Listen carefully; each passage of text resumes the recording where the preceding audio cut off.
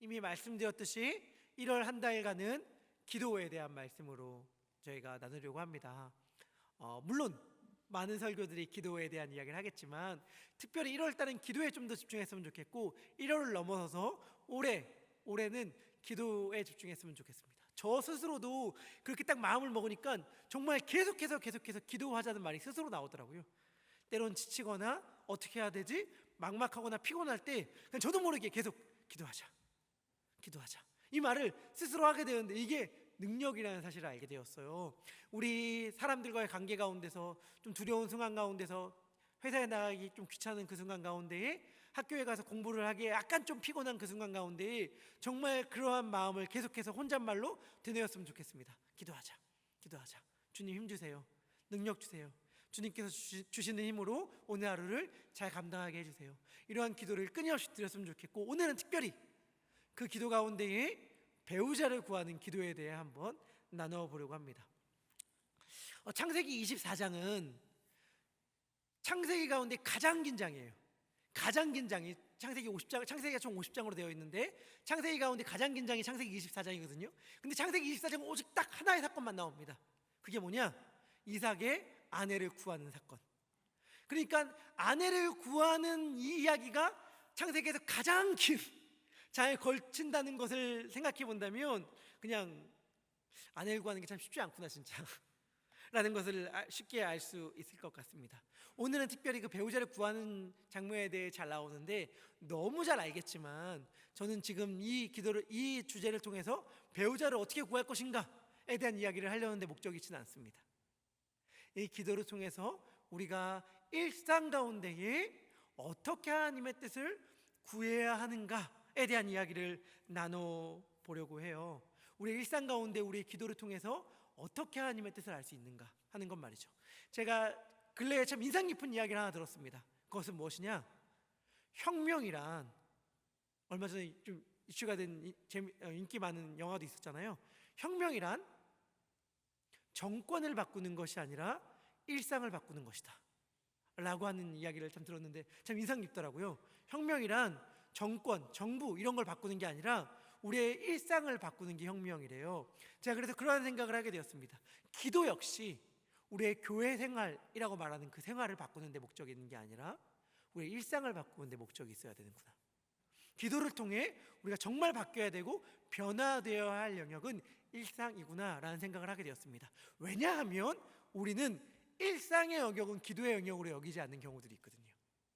일상은 그냥 내가 열심히 노력하고 내가 열심히 애쓰고 내가 열심히 힘써서 투자하고 그래서 결과를 얻는 영역이라고 생각하는 경우들이 많이 있기 때문에 우리의 기도가 일상과 정말 밀접한 연관이 있다라고 하는 것을 오늘 아브라함이 자신의 늙은 종을 통하여 며느리를 구하는 이야기를 들으면서 한번 자세히 살펴봤으면 좋겠고 이 기도의 내용과 이 이야기를 들으면 제가 바라기는 우리의 일상이 굉장히 신선하게 바뀔 거예요. 매일마다 똑같이 펼쳐지는 나날인 줄 알았는데 눈을 뜨니까 좀 새로워. 똑같은 직장, 똑같은 학교, 똑같은 매일매일인 줄 알았는데 뭔가 달라지고 뭔가 신선해졌어 라고 하는 것들을 오늘 말씀 가운데 들어온다면 경험할 수 있을 것입니다. 오늘의 본문 24장 1절은 이렇게 시작합니다. 우리 함께 읽어보도록 하겠습니다. 시작.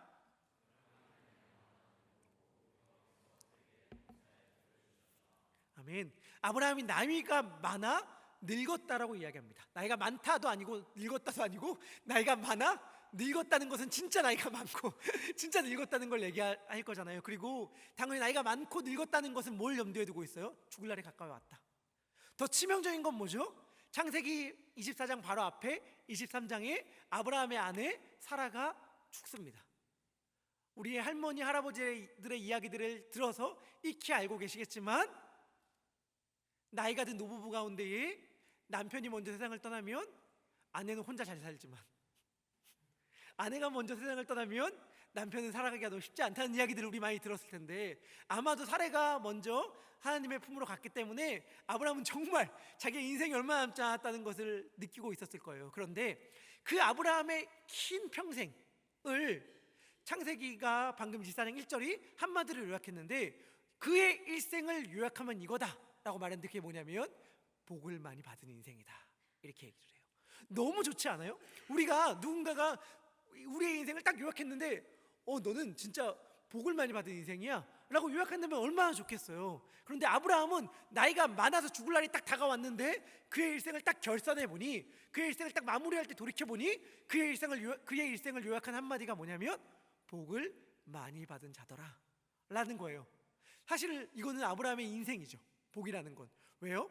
창세기 12장에서 하나님께서 아브라함을 불렀을 때의 12장 2절에서 그에게 약속하신 바가 뭡니까? 하나님께서 아브라함을 부르자마자 부른 그때에 약속하신 그 말씀, 창세기 12장 2절, 너는 복이 될지라. 너는 사장이 될 거야.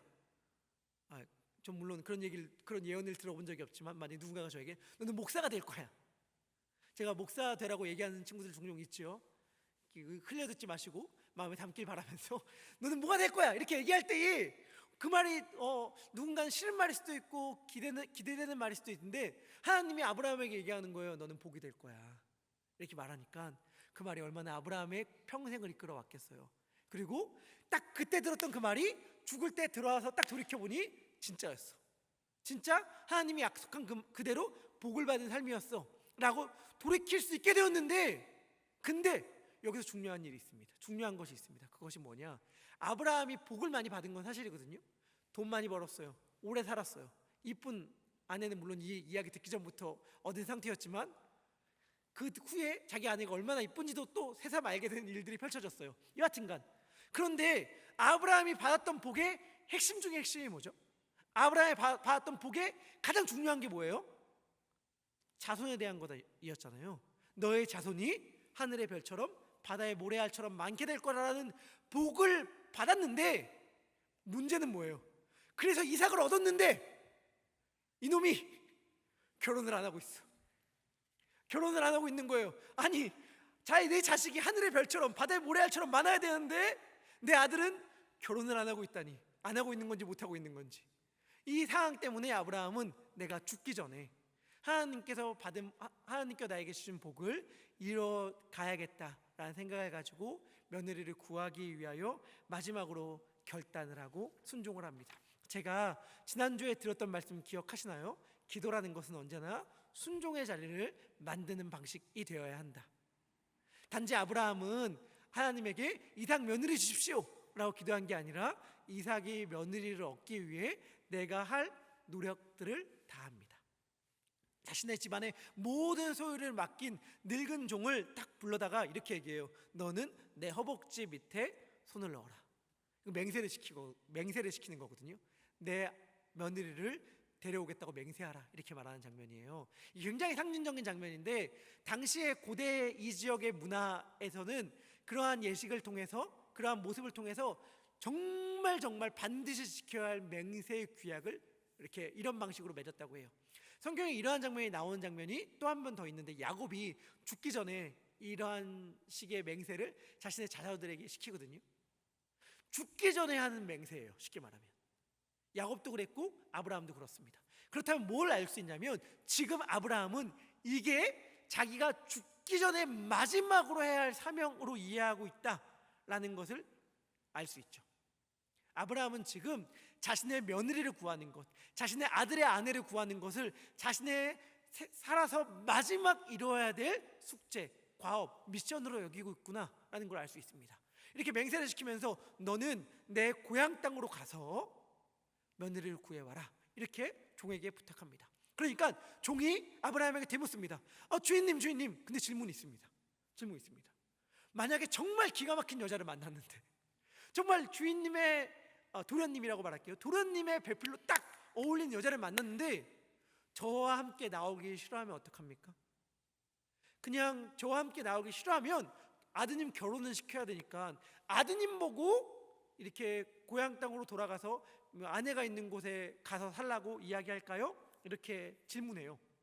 이렇게 질문하니까 아브라함이 대답합니다. 아니, 만약에 그 여자가 같이 나오길 싫어하면 데리고 오지 말아라. 그리고 우리 아들을 데리고 가지도 말아라. 그냥 결혼 없던 거로 해라. 이렇게 말을 해요. 신기하죠? 왜 그랬을까요? 아브라함은 며느리가 시아버지와 함께 사는 건 괜찮지만 우리 아들이 장인 장모님과 함께 사는 것은 용납하지 못한다, 이런 생각을 갖고 있는 사람이었을까요? 혹시 몰라서 얘기하지만 저는 장인 장모님 댁에서 4개월 같이 살았습니다. 저는 사실 이런 마인드를 갖고 있지 않다는 사실을 제가 조심스럽게 전하면서, 아브라함이 왜 이렇게 얘기를 했을까? 당시 문화적 관습으로는 이게 용납이 안 돼서였을까? 그게 아니에요. 이게 사실은 여러분 성경에 나와 있는 아브라함의 마지막 말이거든요. 아브라함의 마지막 말이 이 말이에요. 마지막 물론 이때 죽지도 않지만요, 그냥 극적인 표현을 하면 죽어가면서 하는 말, 아들을 데리고 들어가지 말아라. 이게 마지막 말인데, 이 말이 왜 아브라함의 마지막 말일까? 이거 너무 의미 있어요. 왜냐하면 하나님이 아브라함에게 주신 약속이 있잖아요. 아까 말했듯이 자손을 하늘의 별처럼 바다의 모래알처럼 많게 하겠다. 이게 하나님께서 주신 약속이에요. 그런데 현실은 뭐예요? 현실은 자기 아들이 결혼을 못하고 있어서 자식이 없는 게 현실이에요. 그런데 이 현실과 약속이 굉장히 거리가 떨어져 있는 그 경험을 아브라함은 이미 이전에 한 적이 있어요. 이전에 아브라함 나이가 80이 넘었을 때에 하나님이 이 약속을 주셨거든요. 네 자손을 하늘의 별처럼 바다의 모래알처럼 많이 하겠다. 그럼 자식이 없잖아. 그래서 아브라함이 어떻게 해요? 자신의 노력으로 하나님의 약속을 이루기 위하여 여종을 끌어들여 동침하여 이스마엘을 낳습니다. 그때 아브라함의 나이가 86세였어요. 그런데 그 방식으로 자식을 낳으려고 했다가 13년간의 침묵을 경험한 다음에 아브라함이 알게 된 건 뭐예요? 내 힘으로 하나님의 약속을 이루는 것이 아니구나. 하나님께서는 하나님의 방식으로 하나님의 약속을 이루게 하시는구나. 내가 볼 때에 내 눈에 보이는 현실이 제 아무리 하나님의 약속이 이루어지기 어려워 보이는 현실이라 하더라도 내 생각과 내 판단으로 하나님의 약속을 이루어가려고 해서는 안 되겠다. 하나님께서 말씀하신 그 방식 그대로 하나님의 약속을 지켜나가려고 해야겠다 라고 하는 것들을 아브라함이 결심하고, 그 믿음의 고백의 결정이 하나뿐인 아들 이삭을 하나님께 바치려고 하는 것 아닙니까? 그러니까 지금 죽기 전에 아브라함이 경험하고 있는 현실 또한 마치 이삭은 지금 나이가 드는 청년이 되어가고 있고 결혼도 못하고 자녀도 없는 게 현실이지만, 하나님께서 아브라함을 부르셨을 때에 했던 약속, 너가 지금 가는 그 땅을 너의 자손에게 주겠다, 가나안 땅을 내가 너의 후손에게 주겠다 라고 하는 그 약속을 하신 분이 하나님이시라면 하나님께서 그 약속을 지키실 것을 믿자. 하나님께서 그 약속을 지키실 걸 믿자. 내 현실적 눈으로는 아들을 그냥 결혼을 가기 싫다고 하더라도 끌어서 어떻게든 고향 땅에 보내서 결혼을 어떻게든 시켜야 되는 게 내 현실적인 눈의 판단이지만, 내가 지금 거하고 있는 이 땅을 하나님이 나의 자손들에게 주겠다고 약속하여 주셨으니 그 약속을 믿고, 만약에 여인이 나오지 않겠다고 하면 데리고 나올 필요 없다고 이야기한다. 난 하나님을 신뢰한다. 이게 아브라함의 마지막 고백이었습니다. 제가 우리 예사면 청년들에게 말합니다. 눈에 보이고 손에 잡히는 현실이 하나님의 약속과 아무리 동떨어져 있는 것처럼 느껴진다 하더라도, 하나님의 약속과 동떨어진 것처럼 느껴지는 그 장소를 우리는 흔히 광야라고 말할 수 있는데, 광야처럼 느껴진다 하더라도 저는 광야에서 차라리 하나님의 약속을 붙잡고 쓰러지자라고 말하고 싶어요. 광야에서 벗어나기 위해 내 마음과 내 방식대로 내 생각대로 그 길을 막 찾아가는 것이 아니라, 하나님께서 나에게 주신 약속이 분명하다면 그 약속을 신뢰하고 광야에서 그 약속을 그냥 붙들고 그냥 광야에서 쓰러지라, 이렇게 말하고 싶습니다. 그렇다면 우리는 그때 경험하게 될 거예요. 우리의 눈에 보이는 현실보다 하나님의 약속이 더 분명한 현실이라는 것을.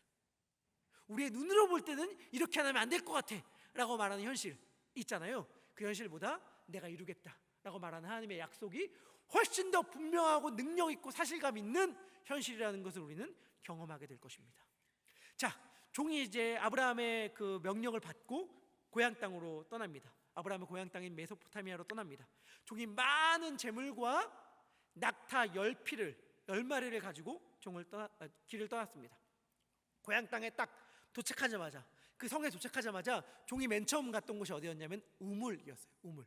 왜 우물에 갔느냐? 목이 말랐기 때문에 목을 축이기 위해서 우물에 갔을 수도 있지만 더 중요한 이유들이 있어요. 여러분들 혹시 한국 사극 같은 거 보면 누군가를 찾거나 정보를 얻으려고 하는 사람들이 보통 어디 가는지 아세요? 주막 같은 데 가죠. 주막 같은 데 가면 거기 막 사람들이 막 떠들고 있는 거 이렇게 막 귀 기울여 듣고 막 그 정보를 막 얻고 막 그러잖아요. 그런 것처럼 당시의 우물들은 그렇게 사람들이 와서 서로 대화하고 정보를 얻는 장소였어요. 동시에 물을 길른 건 당시에 여자들의 일이었기 때문에 물을 길러 나오는 여자들 중에 혹시 주인님의 며느리로 적합한 사람이 있지 않을까라고 하는 것을 보기 위해서 이 우물가로 갔습니다. 날은 저녁 때였어요.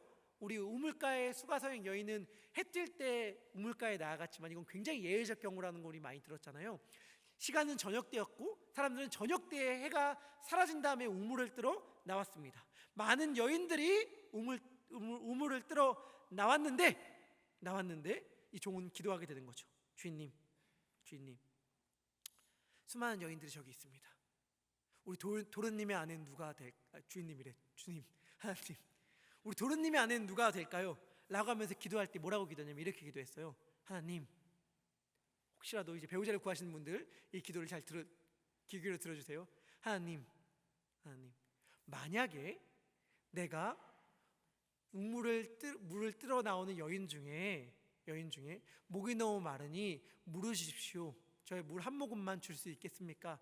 라고 이야기할 때 나에게 물을 줄 뿐 아니라 자진하여서 부탁하지도 않았는데 당신의 낙타들에게도 물을 마시게 하겠습니다 라고 말하는 여인이 있다면 저는 그 여인이 하나님께서 예비한 여인인 줄 알겠습니다. 이렇게 기도를 했어요. 근데 성경이 신기한 것, 이 종이 이 기도를 채 마치기도 전에 하나님의 응답은 이렇게 신속한데 우리 24장 15절이거든요.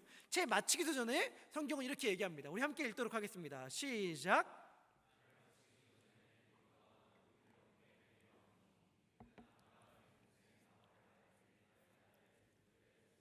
아멘. 이 리브가라는 여인에 대해 소개하는데 창세기가 설명하길 리브가가 아브라함의 형제 나홀의 이렇게 쭉쭉쭉 나오는데 이 가계도를 한번 보시면 좋을 것 같아요. 당시 한번 이미지를 보시면 데라의 아들들이 저렇게 있고 아브라함과 사라는 이복 누이인데 결혼을 한 상태입니다.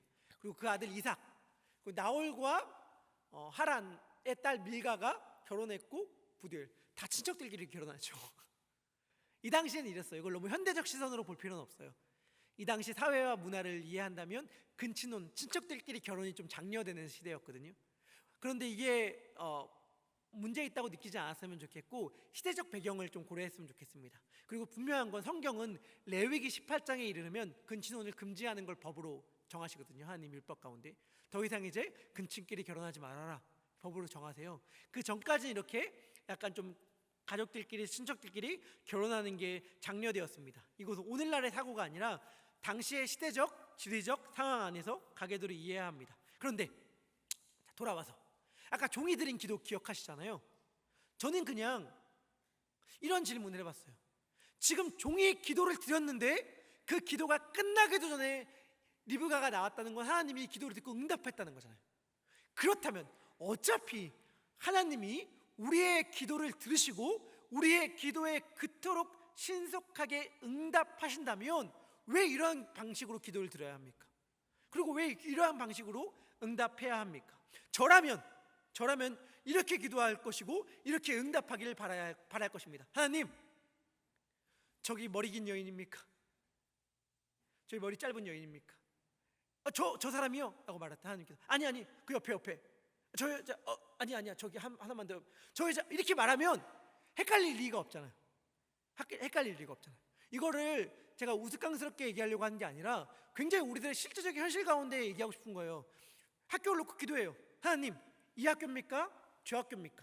라고 말할 때에 이 학교다 라고 말하면 얼마나 쉬워요. 하나님, 이 직장입니까? 저 직장입니까? 라고 기도할 때 이 직장이다 라고 말하면 얼마나 쉬워요. 이 여인입니까? 저 여인입니까? 그 여인들은 생각도 안 하는데 그렇게 기도할 때 이 여인입니다 이렇게 말하면 얼마나 명확해요. 근데 이 종이 드린 기도도 웃기고 응답하시는 방법도 저는 좀 웃긴 거예요. 그렇지만 말씀을 묵상하면서 제가 깨닫게 되었어요. 이러한 방식으로 하나님께서 응답해 주시는 이유가 있구나. 자, 잘 들어주세요. 만약에 제게 문제가 있어요.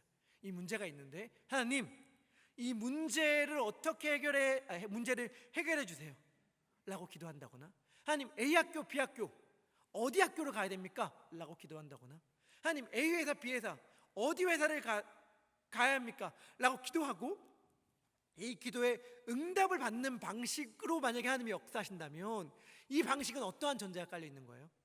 어떠한 전제가? 내가 기도하기 전에는 하나님이 나에게 말을 하지 않는다는 전제가 깔려 있는 거죠.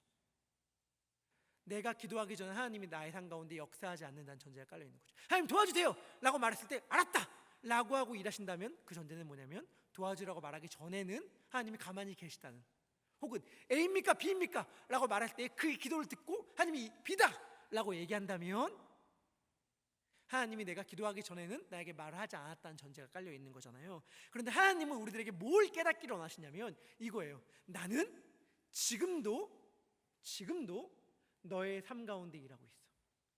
지금도 너의 삶 가운데 이야기하고 있어.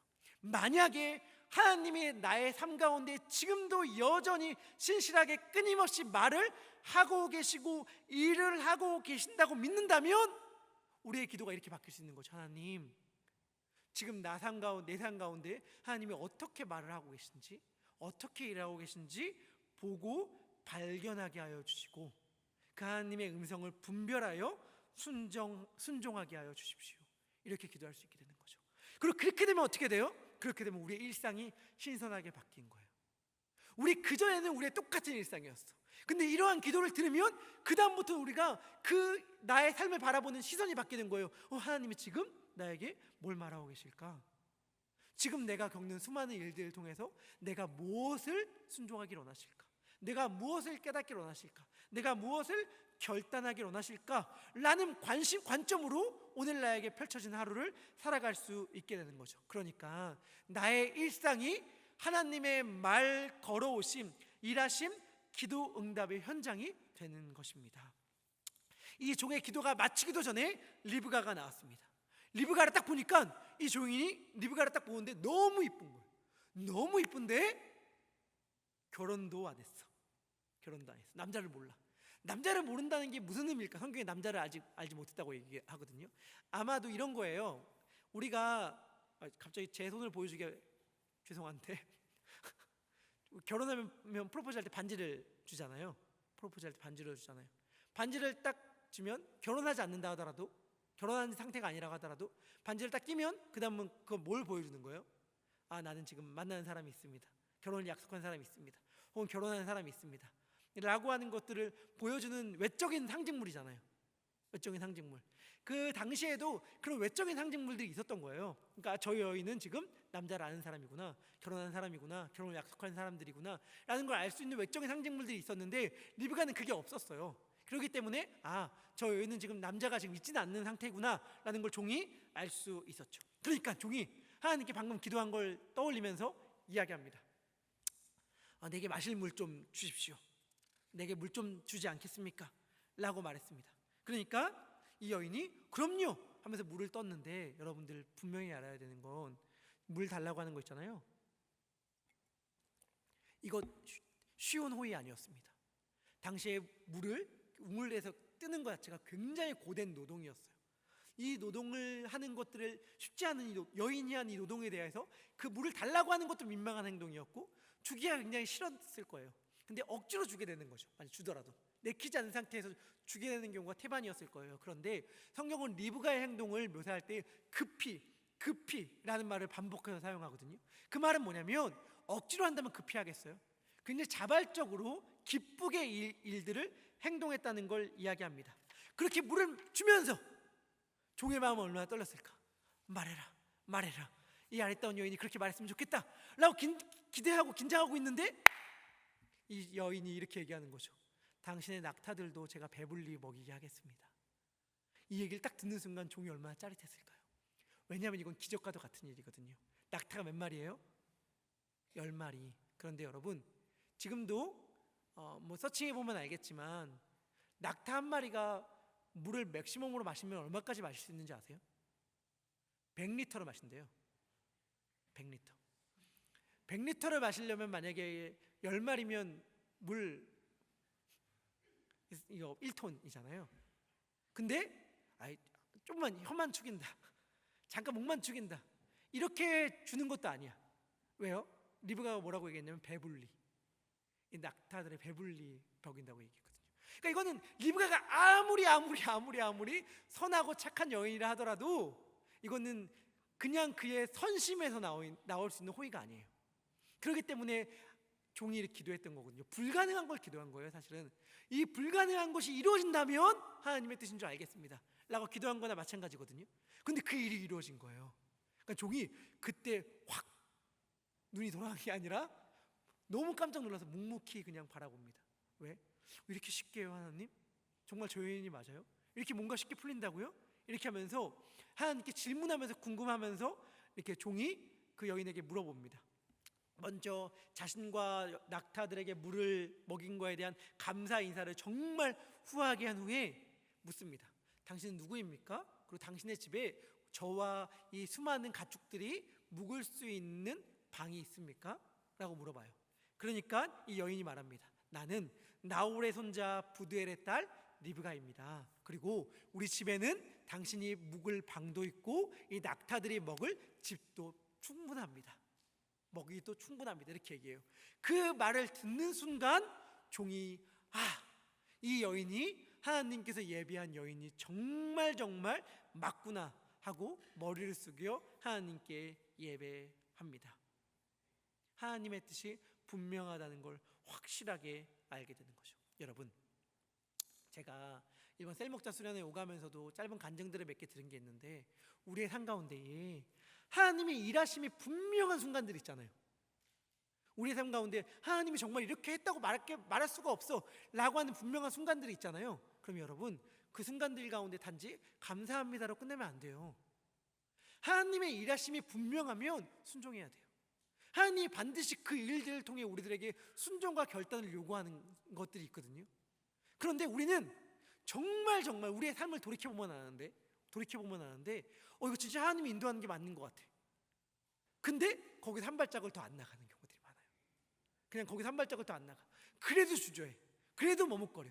그렇기 때문에 우리의 일상이 기적까지 나오지 못하는 거예요. 하나님의 일하심까지 나오지 못하는 거예요. 그런데 하나님의 일하심이 확실하잖아요. 제가 하나님의 일하심이 확실하지도 않은데 순종해라 이런 말은 안 할게요. 그런데 제가 과감하게 예삼의 청년들에게 도전하고 싶은 것, 하나님의 일하심이 확실하잖아요. 순종하세요. 하나님의 이끄심이 확실하잖아요. 하나님의 인도하심이 확실하잖아요. 그럼 결단하세요. 그러면 하나님께서 위대한 일들을 우리들의 삶 가운데 펼쳐주실 것입니다. 그 리브가의 인도를 받아서 종이 초대를 받아 식사를 하게 됩니다. 그 집에서 정말 크게 환대를 해요.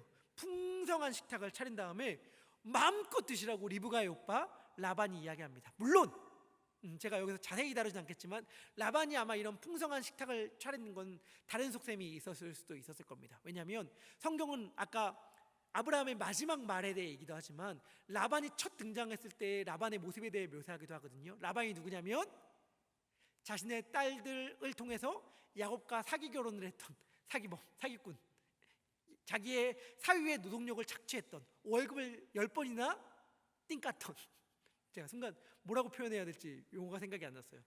그 사람이기 때문에 욕망이 되게 많았던 사람이에요. 그 욕망이 많았다는 것을 처음 등장할 때부터 보여주는데, 리브가가 이 종에게 받았던 수많은 보석들에게 그의 시선이 감을 묘사함으로 그가 되게 이런 욕심이 많았던 사람이라는 걸 성경은 고발하거든요.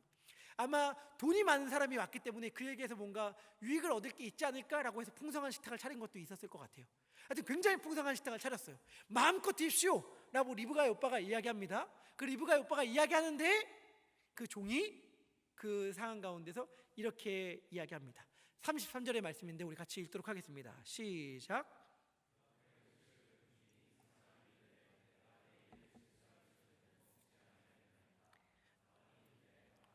이 남자가 뭐라고 얘기하는 거예요? 종이 내가 당신에게 내가 지금 온 이유와 내가 겪은 일들을 말하지 않고는 단 한 숟갈도 입에 대지 않겠습니다. 이렇게 얘기를 해요. 그러니까 먼저 그럼 얘기하세요 이렇게 말합니다. 그러니까 종이 자기가 온 이유와 자기가 겪었던 일들을 쭉 이야기해요. 쭉 설명해요. 제가 이렇게 기도했는데요, 이렇게 응답되었습니다. 근데 와보니까 당신의 당신의 여동생이었습니다. 이렇게 쭉 얘기를 합니다. 그러면서 이 당신의 여동생을 우리 주인의 며느리로 주시겠습니까? 물어봐요.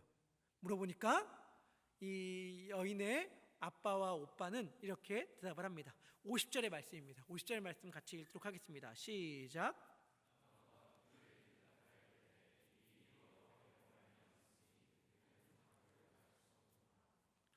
이렇게 말합니다. 우리는 여기에 의견을 낼 수가 없습니다. 왜? 하나님이 하신 게 분명하기 때문에 우리는 여기에 의견을 낼 수가 없습니다. 이렇게 말을 해요. 그러니까 종이 신나서 그러면 허락받은 줄 알고 우리 돌아가겠습니다 이렇게 얘기하니까 이 오빠와 아빠가 그러지 말고 열흘 정도만 좀 묵어서 식사도 같이 하고 좀 교제하면서 쉬었다 가세요 이렇게 말하는데 종이 얘기합니다. 제가 머뭇거릴 수가 없습니다. 이 기쁜 소식을 당장 주인에게 전해야 합니다. 이렇게 이야기를 하게 되는 거죠. 그러면서 이야기하는 것, 그러면서 말하는 것, 리브가에게 함께 갈 거냐 묻습니다. 너무 빠르죠. 아니 저도 결혼을 빨리 한 사람인데 왔는데 신랑 얼굴도 못 봤는데 이 아내에게 갈 거냐라고 물어요. 갑자기. 그러니까 리브가가 그 딸이 이렇게 얘기합니다. 58절의 말씀인데 우리 같이 58절의 말씀도 읽도록 하겠습니다. 읽겠습니다. 시작.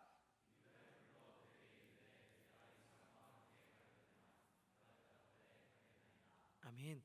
이 리브가가 갑자기 종과 함께 가겠다고 이야기를 해요. 그리고 종과 함께 만나서 아브라함이 있는 곳으로 돌아가고 거기서 이삭을 만나는 장면으로 그리고 이삭과 결혼하는 장면으로 24장이 마무리되고, 이 늙은 종은 처음에는 아브라함의 종이었지만 24장이 끝날 때는 이삭의 종이 되므로 이제 이야기의 스토리가 아브라함에서 이삭으로 바뀌는 것을 창세기는 보여주고 있습니다. 저는 말씀을 마무리하면서 예삼의 청년들에게 이렇게 도전하고 싶어요. 리브가를 한번 보세요. 리브가는 이때 사실은 신랑 누군지도 몰라. 평생 봤던 사람도 아니야. 경험했던 사람도 아니야. 그런데 뭐를 믿고 지금 결단한 거예요? 하나님을 믿고 결단한 거잖아요. 쭉 이야기를 들었는데 이것은 하나님이 이렇게 인도하셨다고 밖에 설명할 수가 없어. 그럼 어떻게 되는 거예요? 결단하고 순종하는 거예요. 여러분, 우리는 뭘 지혜롭다고 여겨요? 결혼처럼 중요한 일이 어디 있어요? 물론 시대적 배경 다 고려해야 한다고 생각하지만 그냥 편하게 얘기할게요. 결혼처럼 중요한 게 어디 있어? 그러면 어떻게? 남편 키는 어떻게 됩니까? 그 남자 키부터 일단 잠깐만 종이랑 펜 갖고 오세요. 최대한 자세히 그려보십시오. 얼굴 좀 그리고 한번 보고 나중에 제가 다 확인합니다 이렇게 얘기할 수도 있고, 또 뭘 얘기할 수도 있어요. 온 걸 보니까 지금 재력은 좀 있는 것 같아. 하지만 어떻게 알겠습니까? 경제적 상황과 직업 한번 얘기해 주시지요. 이렇게 얘기하고 그 정보들을 다 아는 걸로 우리 뭐라고 말해요? 지혜롭다 얘기해요. 결혼 얘기했지만 다른 것 다 마찬가지예요. 학교 알아보고, 회사 알아보고, 관계 알아보고, 이사할 곳 알아보고, 이런 모든 것도 우리 굉장히 자세히 알아보잖아요. 그걸 뭐라고 그래요? 지혜롭다. 맞아요. 그 지혜로운 거죠. 안 알아보고 가면 그 미련한 거 아니겠어요? 하지만 제가 말하는 건 이거예요. 그것들 필요 없다라는 게 아니라 하나님의 이끄심이 확실하다면, 때로는 우리들의 인생 가운데서 하나님의 인도하심이 명확하다면 그런 모든 것들을 뒤로하고 순종해야 될 순간들이 와요. 리브가처럼 따지는 것 좋아. 우리 일상 가운데 따지면서 계산하는 것 좋아요. 하지만 어느 순간 하나님께서 이렇게 인도하신 게 너무 분명해. 그러면 그런 것들은 다 무시하고 하나님의 약속 하나만 믿고 나아가야 하는 순간들이 우리들 가운데 찾아온다니까요. 그런데 그럴 때 만약 우리가 머뭇거린다면, 그럴 때 우리가 만약 주저한다면 우리는 하나님의 일하심을 우리의 삶 가운데 경험할 기회를 잃어버리는 것입니다. 하나님은 지금도 신실하게 우리의 삶 가운데 일하고 계십니다. 지금도 일하고 계세요. 우리가 못 들어서 그렇지, 우리가 물을 때에만 대답하시는 거 아니거든요. 우리가 물을 때에만 대답하시고 우리가 간구할 때에만 응답하시고 일하신 게 아니란 말이에요. 지금도 우리들의 삶 가운데 하나님은 너무 성실하게, 너무 신실하게 일하고 계십니다. 그렇기 때문에 우리가 할 일은 뭐냐면 그분께 질문하는 거죠. 하나님, 저에게 지금 무엇을 요청하십니까? 그리고 그때에 우리의 기도가 마치기도 전에 하나님의 응답이 분명하다면 순종하십시오. 결단하십시오. 우리의 계산을 내려놓고 리브가처럼 가부를 말하지 말고 따라가십시오. 우리가 그때 가부를 말하지 않고 따라갈 그때에 하나님의 놀라운 약속, 현실이 아니라 하나님의 약속을 붙들 때만 경험할 수 있는 내 자손을 하늘의 별처럼 바다의 모래알처럼 많게 하겠다 한 그 약속이 우리의 삶 가운데 이루어질 줄 믿습니다. 아멘. 아멘. 우리 그럼